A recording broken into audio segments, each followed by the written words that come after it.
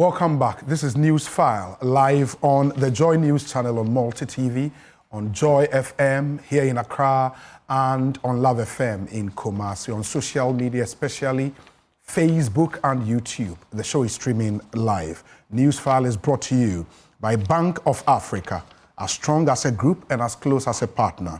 MTN, everywhere you go. Ashesi University, educating ethical and entrepreneurial leaders for Africa.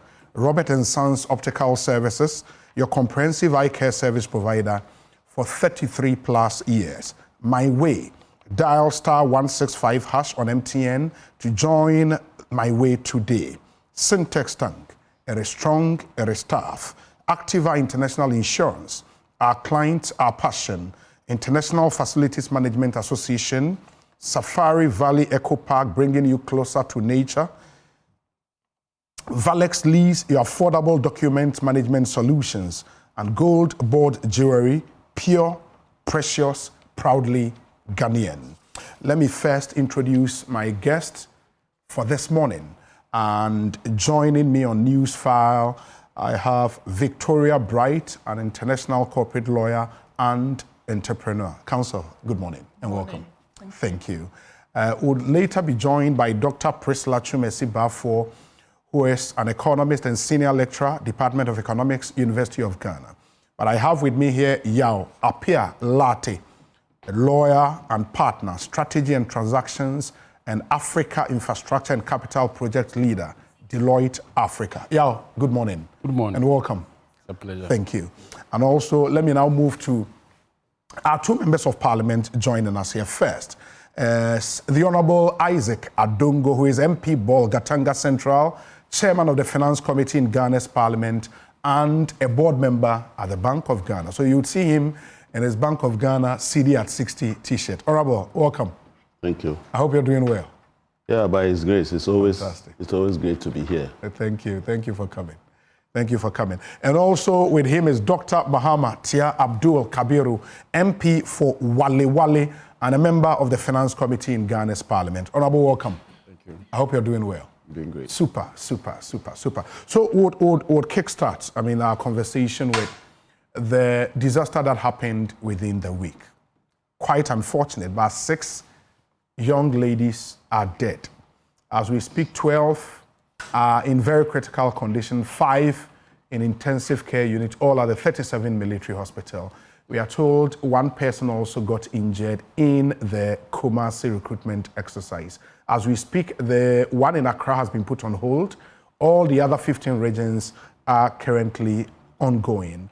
Lawyer Victoria Bright, I'll start with you. You are a woman, and a mother, seeing 6 young ladies die in the quest to seek for job. That's heart-wrenching. Indeed, it is. First of all, my deepest condolences to the families involved, because these young people did nothing wrong. Mm-hmm. All they wanted to do was to get a job and to save their country. The deaths are needless, and it was a preventable tragedy, totally preventable. I do not understand how you can send out text messages. You can, first of all, sell forms, so you know the number of forms you sold. Yeah. You send out text messages, you know the number of text messages you've sent out, inviting these young people to come to a venue for a screening exercise. So I don't understand this use of the unexpected, stampede numbers or whatever it is. It was totally expected because it wasn't an advert in the Daily Graphic inviting anyone who was interested to show up. This was something that was supposedly planned. Yeah.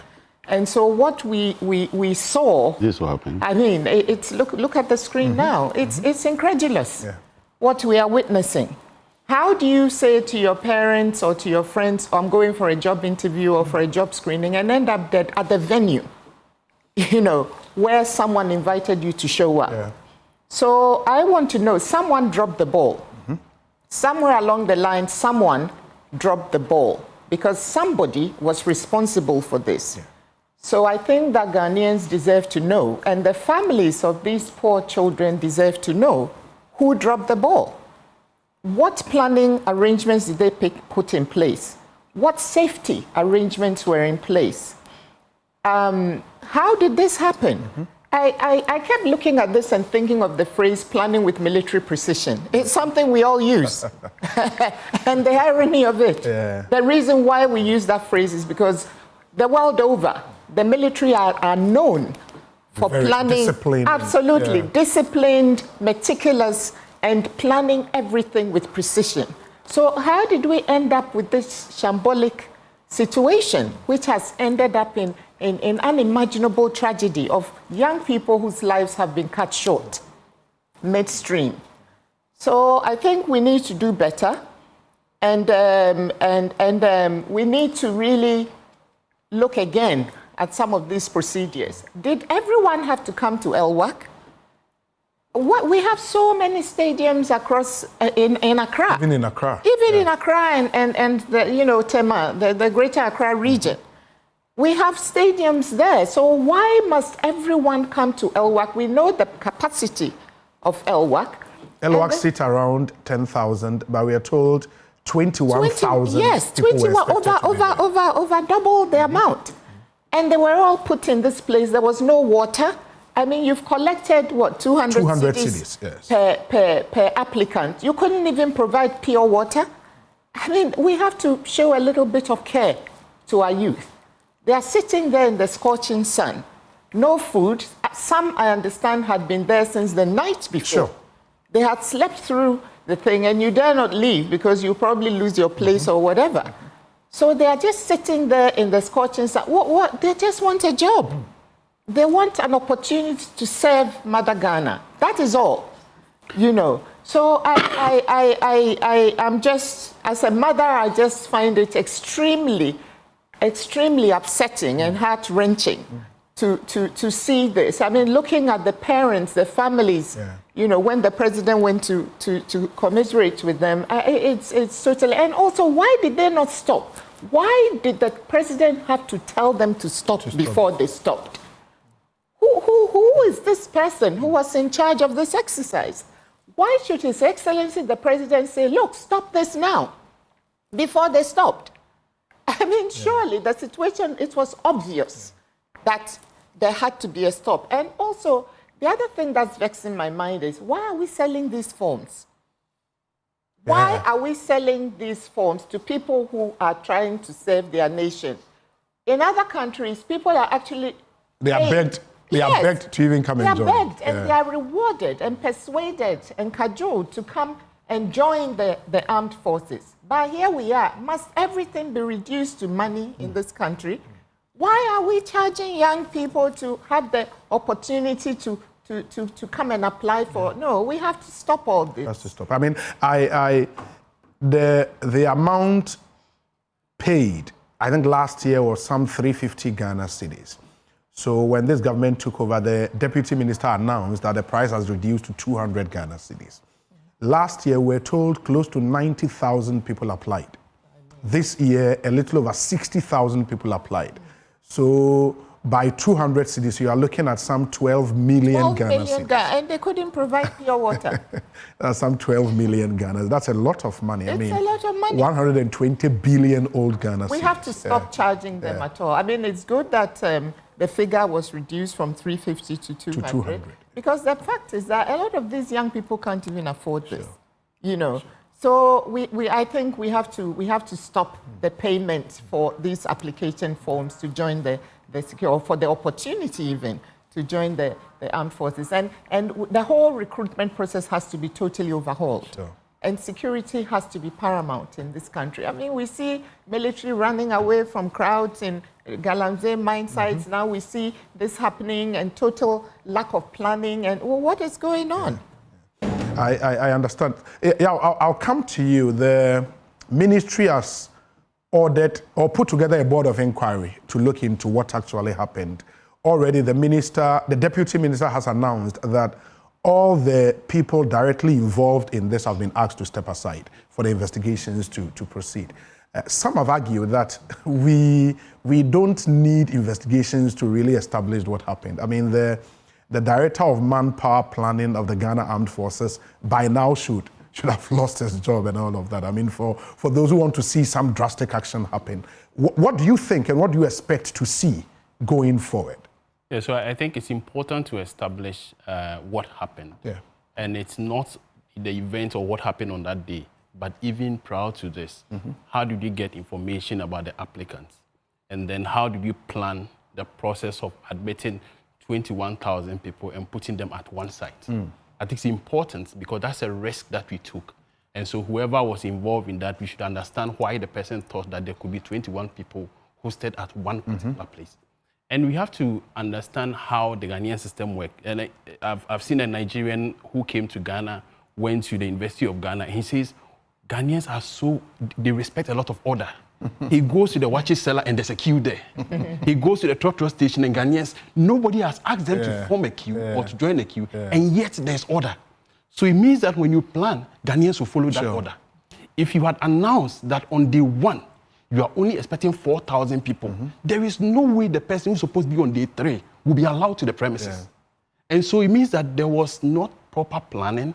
If you have collected information about people and you have put them in a proper planning system, if you say on day 1, you are expecting people with surnames starting with A. In Ghana, if you say you are asking people to come with surnames starting with A, you have about 40% of the people.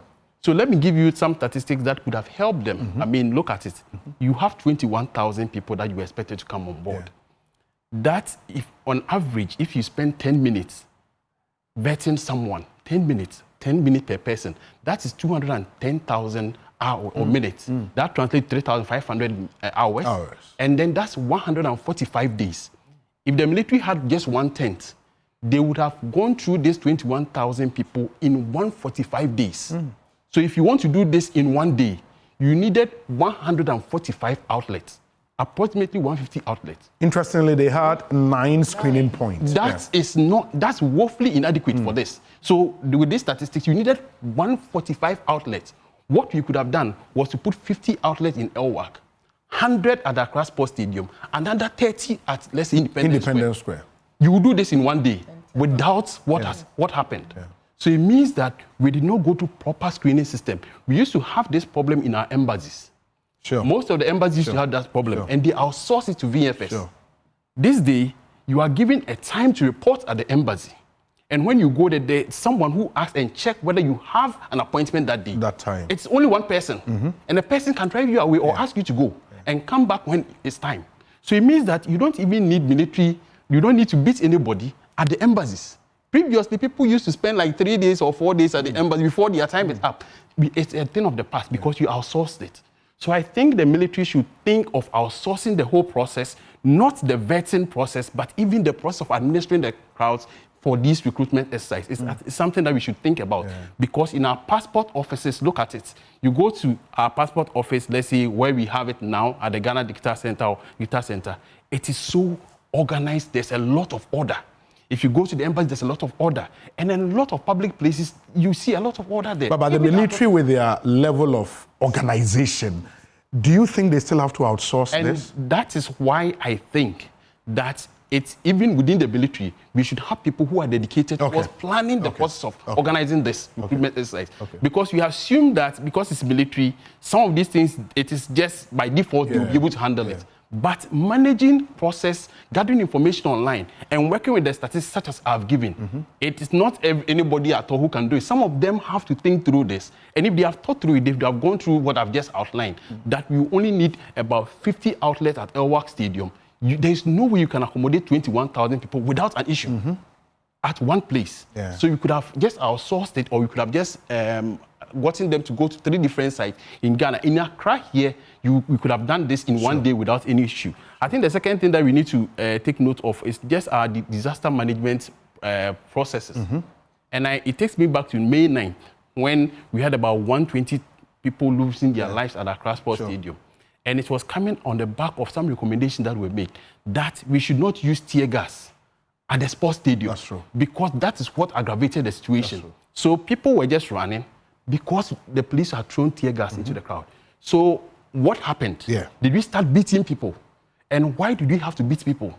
Did we start harassing anybody? Because in a crowd, anything could trigger that stampede. Sure. If you have 20,000 people gathered at one place, anything at all could. So there was no way to exercise force on anybody. We just had to plan it properly. And I think beyond that, we should also have proper emergency medical system, because I guess some of the people passed out, and if we had attended to them early. They would not have lost their lives.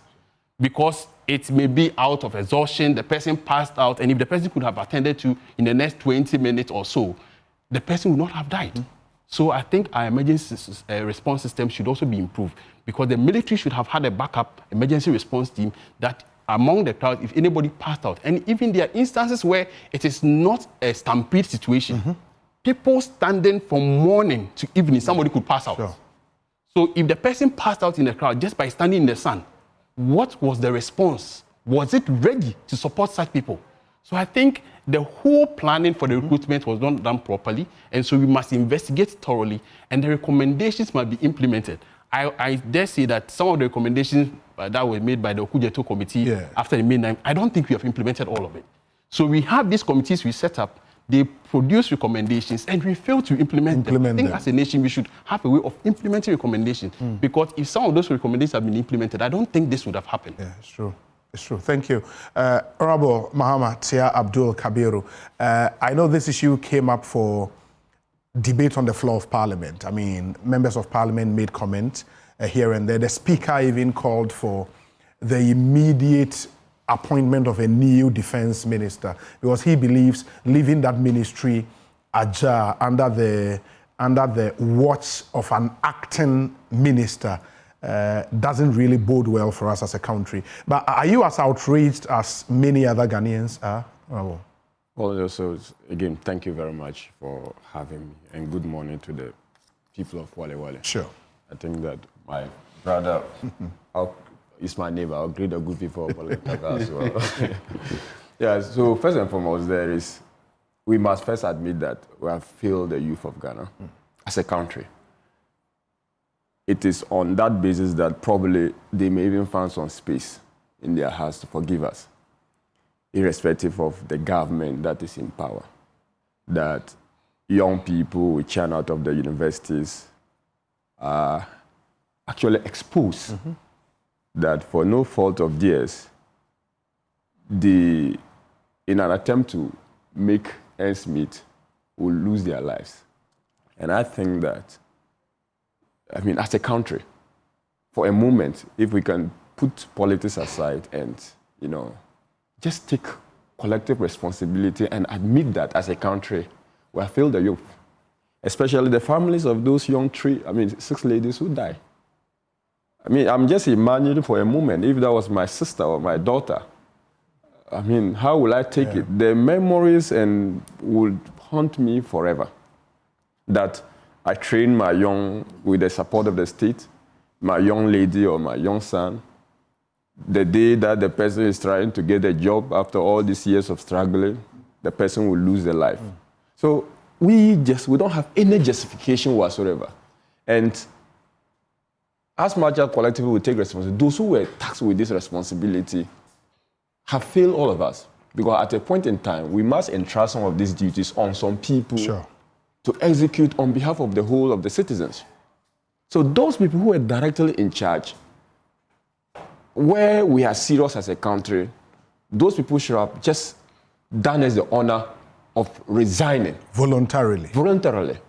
Those people were directly, if they were so minded about the plight of these people, that would have been the honor. They would not even need to get into the politics of it.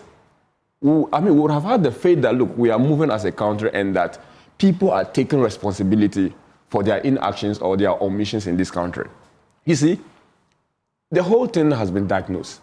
What will inform over 60,000 people, or let us say 10,000 people, coming to one center for the purpose of screening? 21st century? That we can have security protocols. What will even inform you locking up the place until such time that the place is, people are about to enter, then all of them mass up at the gate and you open it, as if you are opening a floodgate? Definitely there's going to be stampede. definitely people with that confidence in the screening process will want to take an advantage position. That's what they will be. They will be rushing to enter. Definitely people who think that I've gone to this particular center and after, if I don't take time, I may sleep there for the next day, will be false. And when this happens, it's a survival of the fittest. And no wonder most of the people who are with the greatest of the ladies are by nature are not aggressive. Yeah. So the aggression probably from the males would probably overwhelm them. This overwhelming aggression from the male in that particular scenario would be a problem for the women. And when we're even serious, we just have to have a separate screening exercise for even male and women. Even if we are minded to ensure that, look, based on gender differences and based on different orientation and upbringing, and also probably some of them could be stereotypical, but they exist and persist within the society. So I think that the security protocol was bad, it was terrible, and whosoever is responsible for that should be burying his head in shame. But it also talks to the whole issue of employment for the youth. That for military alone, people who want to go into the military to be enlisted or to be recruited, over 21,000. That's Accra alone. 21,000 is just Accra. It tells us that we have a timing bomb, that if we don't do something about it, one day this country, the youth will turn this country upside down. And I think that we need to tackle unemployment with a very systematic policy framework, that even if it remains, fortunately we are having a constitutional review, if it must legislating it in a manner that will not let any government derail from it, consciously we must be thinking about that, so that we can address a long-term issue about youth unemployment in the country. And I mean, talking about unemployment, the Ghana Statistical Service in 2024 said persons aged between 15 to 35 years, there are about 1.42 million of them who are jobless. That's in 2024. And then about 2 million youth considered idle in our country at the moment. So 1.42 million considered unemployed, 2 million youth considered idle. That's massive. Yeah, and even looking at even those, in those particular, not even the center across the country, the centers, how they even treat these young people in the recruitment. It's like they are already in the training, camp. People would dress, of course, you expect protocol, but they are sitting on the floor in the sun. Yeah. You are not for crying out loud, you are not actually training them. They are not criminals, they are not warriors, they are not prisoners. They are young people coming to look for a job. And the only way you can accommodate them is to let them sit on the floor in the sun. I think that this country can do better, and we have to look at. And for me, I support the calls by some people who say that we have to look at compensation for those, for the victims, families of the victim. Yeah, government has announced that for each of the 6 families, they would make sure they enlist one person from each family as to honor the memory of those who passed. Yeah, the gesture is commendable, but it's a shame.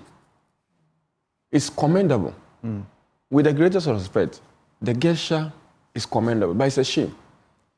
For those families, unemployment is better than loss of life. As of now, for those families affected, they would have preferred to have their daughters be unemployed than a job without my daughter.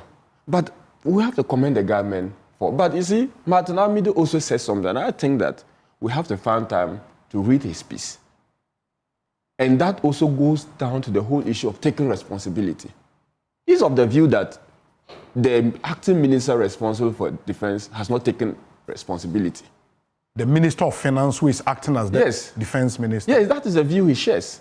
And I support that view, because the response he gave in Parliament basically did not suggest that as the minister responsible for defense, he had taken ultimate responsibility for what happened.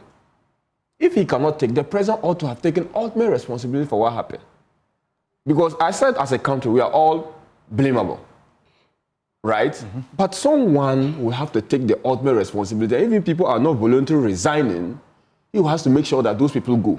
Because but would that not be after the Board of Inquiry investigation? Whatever the inquiry has to be, some people can be suspended pending the inquiry. There were people asked to do the job. The minister has said that all the people involved have been asked to step aside. I say some people step aside is different from being suspended from their job. You are asking the person to step aside from pending the investigation. You are stepping aside from the exercise.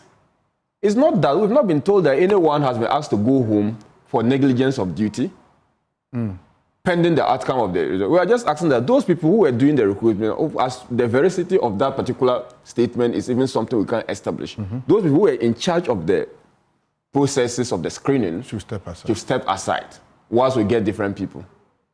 Is that the way to take immediate responsibility for what has happened? So I think that basically my condolences to the families of the bereaved. I mean, those people who have lost their lives. And I just wish that this thing would never repeat itself. In the past, we have had recruitment. It wasn't that it was the best. Past recruitment are not always the best, but we think that we should be improving.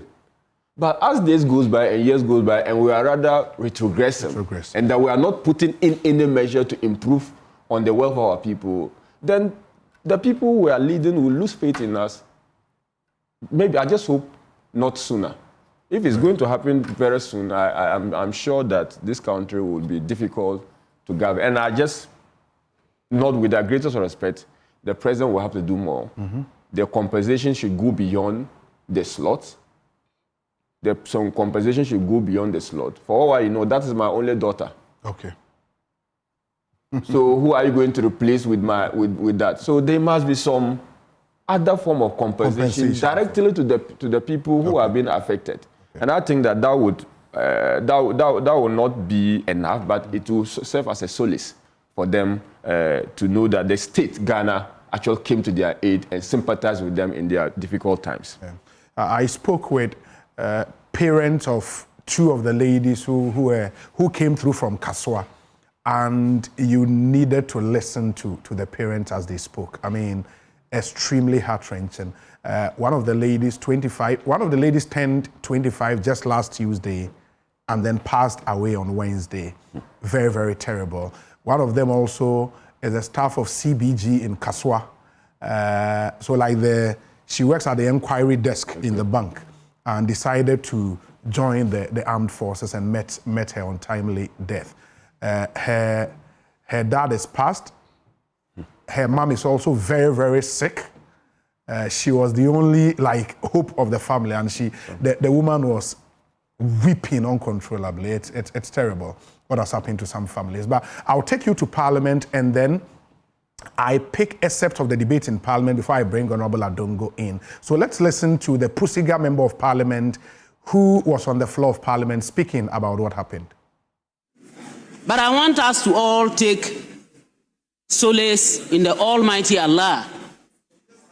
There is nothing that happens that doesn't happen at the right time. This is what the Almighty Allah has ordained for them. Today is their day. No matter how, no matter what, no matter who was there, as what, even if we brought all the presidents of the world to sit there as ministers or whatsoever, once today is ordained for them to die, they will. And this is what has happened. Unless you don't believe in the oneness of God, unless you don't believe in the oneness of the Almighty Allah, it is not anybody who wanted them to die. There is no single officer there who wanted even one single soul to pass. So that's the Honourable Member of Parliament for the Pusiga constituency, the Honourable Ladi Ayamga, who herself is a member of the Appointments Committee in Ghana's Parliament. Honourable Adongo, what do you think of what has happened and government's response so far? Well, let me greet all of you, my colleagues on the panel, and to my constituents, the good people of Bolga Central. They've been excited that they are seeing me today because it's been a while since I've appeared in these type of programs. But once the budget is out, We have to hear from Honorable That is Adom. where my bread is buttered, and I do a lot of that with my colleague who is assisting me to get some of the laws that are required to enable the government to implement the budget. Sure. And I do believe that he and his team will continue to give us the support that they've always given us. Mm-hmm. And he's one of those rising young men on the committee, and I commend him for the work he's doing. To be honest, what has happened is a national tragedy. Mm. And our heart goes out to the bereaved families, and we pray that those who are injured would get the favor of God to recover quickly. But I want to say that as a country, we are not learning. We are not learning because everywhere in the world, when you undertake these kind of critical exercises, there is always a stage where you sit back and reflect. You sit back and evaluate what has happened. And we've been doing recruitment for all these years. And if the military, as one of the best institutions for planning and executing projects, I would be surprised that they don't have an evaluation mechanism to inform lessons for some of these things. So like my honorable colleague said, over the years, if we have been learning and evaluating, we would have noticed that this has been long in coming. That we've gotten away just by dint of luck. It's not because we have done anything right. Because we are not learning the lessons. Everything shows that the previous numbers were even bigger. Mm-hmm. I mean, 90,000 across the country. Obviously, Elwa could have been bigger. But because we were lucky to go out unscarfed, we thought that that was a perfect system. And therefore, we didn't learn the lessons to inform future events of that nature. And I think that is a weakness that we need to fix, not just in the military, but anywhere we are doing some work to improve the lives of our people. We must have at the back of your mind that at the end of this exercise, we must learn some lessons and be better at it the next time. And I think that is where we have failed as a country. And cumulatively, we have tended to be complacent because we are not seeing this happen. And it's unfortunate that as a country, we only wait to lose a life before we tend to think right. And I think that that is a weakness that we need to address going forward. Even though it will not bring back our compatriots who have passed, I'm sure they will be happy that as a result of their passing, the country learns lessons and doesn't go back to the same experience in future. And we owe it to them to ensure that that happens. The other thing I would like to say is that, of course, nothing can bring back those compatriots. Nothing can soothe the family. So whatever gesture the government is giving is a gesture that is given not because it will bring back the bereaved families and restore them, but it is a gesture to say that there may be somebody who could step in and provide livelihood through this exercise to support the family.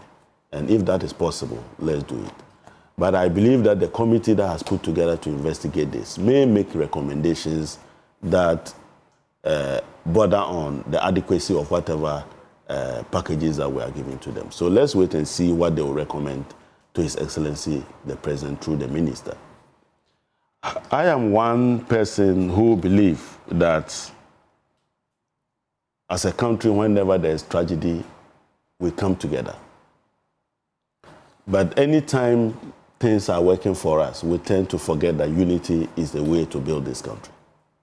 And you can see, even in Parliament, that we're united in grief. And the feeling was that we have failed our people. Unfortunately, we tend to politicize everything. And that makes people that we pay to undertake the actual implementation of policy get away with murder. If people have been entrusted with responsibility, does it make sense that we look beyond political authority to identify those people and hold them to account? At the end of the day, we reduce this to political debates. And the people are hiding under the political clock. And they don't get fished out. And Ghanaians have tended to believe that anytime there's a problem, just play the politics of it. Get politicians to own it, and you can get away with it. That has to change. Sometimes I sit and watch, say, Public Accounts Committee, and I see evidence of our country being milked, and we reduce it to politics. And the people who have milked the country basically get away by identifying with the political system. And that is the bane of this country. And we need to begin to rethink. We need to rethink processes, and we need to rethink standard operating procedure for everything that we do. So that even before you start an exercise, everybody knows that this exercise goes through certain processes. There is a stage where we look at the numbers, we look at the procedure that we are going to use, and we look at the adequacy or otherwise of it. It cannot be that you are bringing 21,000 people in one location and we do not know what was the duty call. What exactly do we think could happen? We need to have various scenarios of possibilities and be able to say that on the basis of this, we think that this time round, and from the experience that we've had, this should be the way to go, and that we are not going with the status quo. But we put people into positions, and all they do is to manage status quo. This is the way we do it here. And this is the way we do it here mentality is why we are not improving.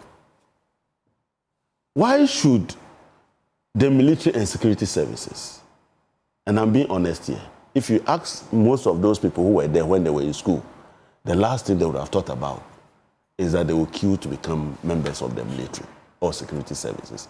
It's because the system has failed to deliver the ambition that they had, and they need to keep body and soul together. They have had to settle for what originally was not their intention. But if we have to satisfy that of even for them, we must do that within an environment that is responsive to the circumstances. And Honorable Kabiru said something very striking. These are civilians. The fact that they want to enter the army doesn't make them military people. These are civilians, and they must be treated as civilians. So, if soldiers are comfortable sitting in the sun, civilians cannot be made to sit in the sun. Okay, wait until they come there for your training, then you can do whatever you want to with them. But in the meantime, they are civilians and must be treated as such. But if you see what was going on, if you're a parent and your child is out of school, you and your child had lofty ideas of where he wants to move. Yeah. Eventually, this is where you have to settle. And you watch this child, one time he's running in one direction, and another time, and all of it is because he wants to be saved. And he thinks that if he wants to sit and watch, he might go home tomorrow morning. It is the reason they are all rushing there.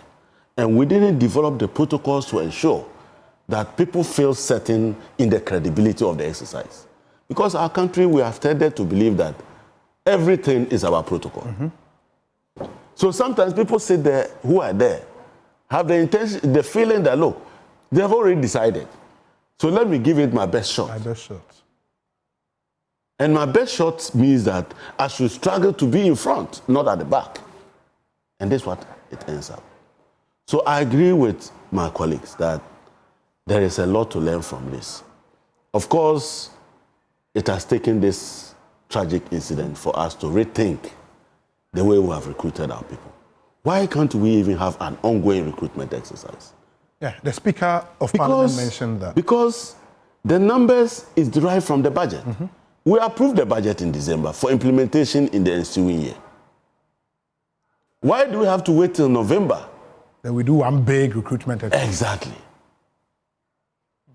Why can't we have an ongoing exercise? If a person is shortlisted in the system, Why don't we have a system that says that today we are looking at a certain number of people, and what we are going to do, if you enter this center, we have an agency that is going to give us all the information we need about you for the military. Even though it is supervised by the military has certified that that institution or individual or organization is capable of providing the level of evidence that the military needs to proceed with the process. Otherwise, if you look at the people who were sitting, how many military people were you finding there? In fact, from earlier reports, when the youth got to the venue, there were less than 5 military police. For 21,000. 21,000. Unpardonable. So yes, I agree with the fact that of course, the minister, it happened at a time that he was also busy with the budget, and all of that. So yes, he would have been overwhelmed. But I do believe that for the military, it is actually an area where it was easy to give another minister the responsibility, whilst you take steps to ensure that you find the right person to take the job. Because the military is an orderly institution, an institution of command, an institution where standard operating procedures are outlined. Yeah. So having a deputy minister who is stationed at the defense ministry, working through the minister, should be able to address this. But it is all caught up in the weaknesses of the system. And I think that together we must work to see how we can assist not just the military, but all other agencies to improve on the way they implement some of these things to satisfy our people. I think I agree with all of you. I agree with the fact that, you know, it has to take the president to call the shots.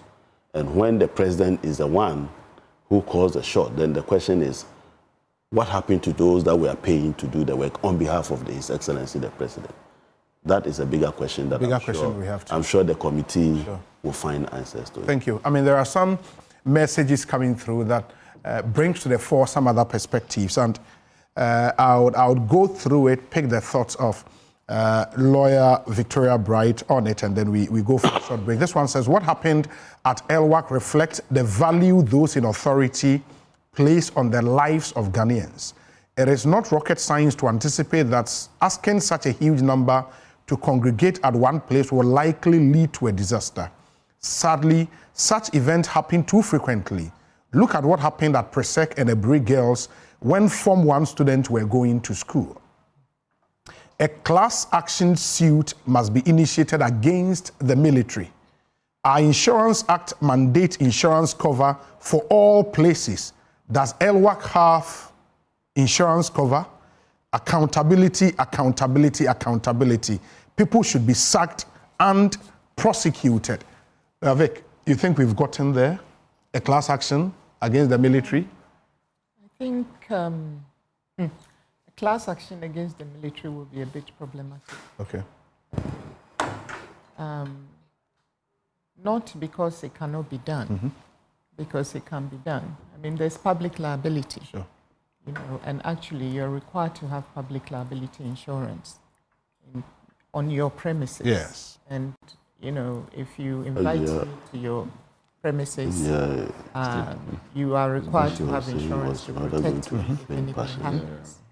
So I can understand the sentiments there. I think the problem goes deeper than that. You know, it's a systemic issue. And this whole thing we've been talking about, lack of responsibility, you know, lack of proper organization, lack of respect for our youth, the lives of our youth. Look at the way we treat our youth. You know, so I think the problem goes far deeper than that. And so we need to look beyond the obvious. That's what I would say. It's about unemployment, youth unemployment. Almost 40% of our youth are unemployed. Yeah. So I would rather we use it as an opportunity to dig deeper into why we keep having these kinds of issues over and over again. You know, it's very tragic, and we can always respond in that kind of way. But I think that people have to do some soul searching. When I say people, I mean the military. They really have to do some serious soul searching. And I don't understand why we don't have a culture of people resigning or taking responsibility, saying, you know, mi culpa, yes, this was my call and I did wrong and I'm resigning. Because when you look at other jurisdictions, people resign for far less. Yeah. And you even ask yourself, oh, why did they even resign over this issue? But they are principled. And we do need people to become more principled in our society and to take responsibility. And if they are not taking responsibility, then they should be fired. You know, you either go voluntarily or you're fired. Or you're fired. And we have to be very decisive about that. You know, because people get away with far too much. And that's why we don't have a culture of accountability in this country. And this permeates across all systems that we have, all our systems. And it has to change because this society we cannot grow in the right direction if we keep on doing all these bad things. I mean, things which don't help us, things which don't progress us. Other countries are moving on. This is 2025. People are moving forward. And if if you stand still, you're actually regressing. Sure. You're going backwards. You know, and not only are we standing still in many areas, we're actually taking steps to regress as a nation. And a lot of people, some of us have a sense of urgency. There are people who are responsible who have a sense of urgency, but there's a whole load of people out there who just think business as usual. Yeah. And they would do everything to fight the system. They would do everything to fight those who are trying to bring change, positive change into the system. So I think that this kind of thing must not happen again. Those who were responsible should be fired, or they should do the right thing and look at these poor kids who have died and resign. Because I'm sure some of them have children, if not all of them. You know, so for me, that's what I think. And also the compensation thing is important. You think they should be monetary compensation? Yes, I think it's not going to bring them back or anything. And I think the gesture that the president made that, you know, they should nominate one family member to be in the armed forces, I think that's a good thing. But I think that we should also seriously look at some monetary compensation. Listen to the one who was a CBG, who we just talked about, for example. The mother is ill. There's no father figure around. And she was the one helping the mother, and she's gone. So I think we need to look into that as well. Very well, very well. Finally, before I go for the break, I will not be surprised if LWAC is not insured as a stadium, for which reason we can call on the military to probably dig into that insurance cover for those who passed. This should bring back this whole big discussion around insurance on public facilities like this. Yeah, so I think public facilities, we have the stadia across the country. We have places like LWAC, Independence Square, should have insurance. And the insurance should cover not only the events that's organized, but even people who use the place for other purposes. But even more importantly, the organizers of such events must be prepared to insure for any eventuality such as what has happened. And so let's look beyond the military recruitment. We are going into December. We are going to have a lot of musical concerts in public events. Those who are going to organize those events, they should inform other emergency response team. You've never go to an event like, let's say, a musical concert being organized, and there's a standby fire service team. There's a standby ambulance team. I have not seen that. And so our public safety authorities should ensure that as we go into the Christmas season, these things are enforced. So beyond the insurance, we should have emergency response team. So crowds that we are hosting at a place for more than 5,000, there should be a fire tender available. There should be ambulance service available and other emergency response. And it is mandatory. Had available at the time. Because like I said, some of the lives may not have been lost if we had attended to the people in time. So it's not only the insurance. Beyond the insurance, you should have proper emergency response. And I think we should enforce it that you are asking people to pay to attend an event. The reason why you ask people to pay to attend an event or even to go through a recruitment process is to help them with the facilitation. So if I'm paying 200 cedis, I'm expecting that when I come to the event and I'm staying there for about 8 hours, at least I should have a bottle of water. Because a bottle of water costs less than 200 cedis. And so I should have like 2 bottles of water. So if at the end of the day, I don't even get a bottle of water after paying pure water, after paying 200 cedis, that's something that we have underserved the people. So you pay for some of these recruitment exercises and even to go to the embassy or any other place, because you go there, sometimes you are served. There's a fridge available, they give you a soft drink, and that's how we respect the people that come to event centers. And I think we should enforce it. So you should enforce the insurance and also enforce that the people pay for emergency response team to be available, because you can't carry everybody. And I give a very good example that when we had the May 9th disaster, some people carried their siblings on their back from the Accra Sports Stadium to 37 Military Hospital, because there was no emergency response team available. And even they were, under the circumstance, they could not even respond. And so we should not allow this. So people who are asking for tickets, they are paying VIP tickets, sometimes you go as high as 2,000 Ghana cedis. And I go there and there's an emergency and you die in the bus after paying. That's not really serving the people well. So I think it's something that we should enforce. And we should have authorities that are enforcing it. Because the people pay to use the Accra Sports Stadium, we have them pay to clean up the place, etc. We should also have them pay to ensure that there's insurance service available and also the emergency response. I think that advice comes in handy.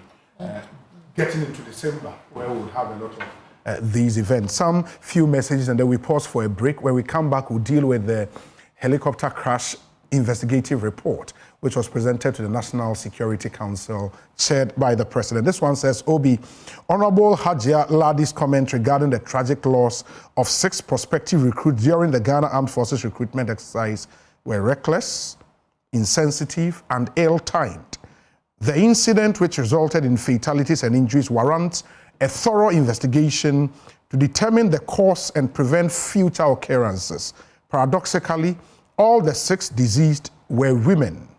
As a member of parliament, it would have been more fitting for Hajia to exercise empathy and caution in her remarks, particularly given the sensitivity of the situation. The focus should have been on supporting the affected families and ensuring that those responsible for the tragedy are held accountable. Amazing convictions. Manche Bruce II, all the way from Takrade. This one from lawyer Eric Ewudzi Arthur, and he says, Obi, the law mandates an occupier to make his premises safe, to make sure his premises are safe and conducive for other persons. In law, we call that occupier's liability. Is LWAC a safe place to accommodate all these persons coming for the training? What were the safety measures put in place to engage these people? The military command must be directly held responsible for the actions of theirs. Lawyer Eric Ewudzi Arthur, thank you. This one says, Obi, the tragedy was completely avoidable and shows a serious lack of planning and foresight. Instead of halting the entire process and holding someone accountable, only the Accra exercise was paused. We deserve better. Proper nationwide safety measures and immediate accountability are urgently needed to prevent this from ever happening again. Gusty Man is in Brikum. This one finally says, Obi, I fully agree with Honorable Isaac Adongo. As a country, we must be forward-looking and minimize excessive partisanship, especially on issues of national importance. This tragedy was avoidable. The world is evolving rapidly, with AI becoming central to problem solving globally. Going forward, not only the military, but all our security agencies must incorporate advanced technology into their recruitment and operations. This is the only way to enhance efficiency, protect lives, and prevent such unfortunate incidents in the future. Musa Abatwa in Asawase, Kumasi. Just so you know, the Interior Ministry just announced that the recruitment process for prospective recruits into the Ghana Police Service, the Ghana Fire Service, the Immigration Service, will begin, I think, on the 17th. On the 17th of this month, so 2 days from today. And we hope, we will not be here and see what we saw, because I imagine those numbers would even be bigger than what we saw on Wednesday. We'll pause for a short break. When we come back, we'll deal with the helicopter crash report. Stay with us.